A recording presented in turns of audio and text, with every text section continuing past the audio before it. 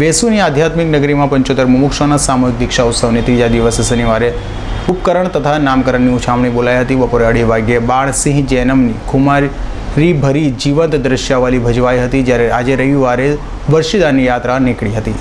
આધ્યાત્મિક નગરી સુરતમાં 75 મુમુક્ષોએ રવિવારે સવારે શાહી વર્ષિદાન યાત્રાનો પ્રારંભ દયાળજી બાગથી કર્યો હતો, જે સવારે 9 કલાકે વનિતા વિશ્રામ પાસે પહોંચી હતી। આ વર્ષિદાન યાત્રા પસાર થઈ હતી ત્યાં ક્રેનથી ફૂલપુષ્ટિ કરાઈ હતી। આ સમયે ગુરુ ભગવંતોએ પણ સ્ટેજથી યાત્રા નિહાળી હતી। ત્યારબાદ યાત્રા અઠવા ગેટ ચોપાટી, લાલ બંગલા, પાલે પોઈન્ટ, સરગમ સર્કલ થઈ SVNID પહોંચી હતી, જ્યાં ફૂલપુષ્ટિ કરાઈ હતી અને ત્યારબાદ યાત્રા લેકવ્યુ ગાર્ડન થઈ રાજહંસ થિયેટર, બિગ બજાર, રાહુલ રાજ મોલ નજીક પહોંચી હતી, જ્યાં ફૂલપુષ્ટિ કરાઈ હતી અને ત્યારબાદ ત્યાંથી બેસુ આધ્યાત્મ નગરી ખાતે વર્ષિદાન યાત્રા પહોંચી હતી।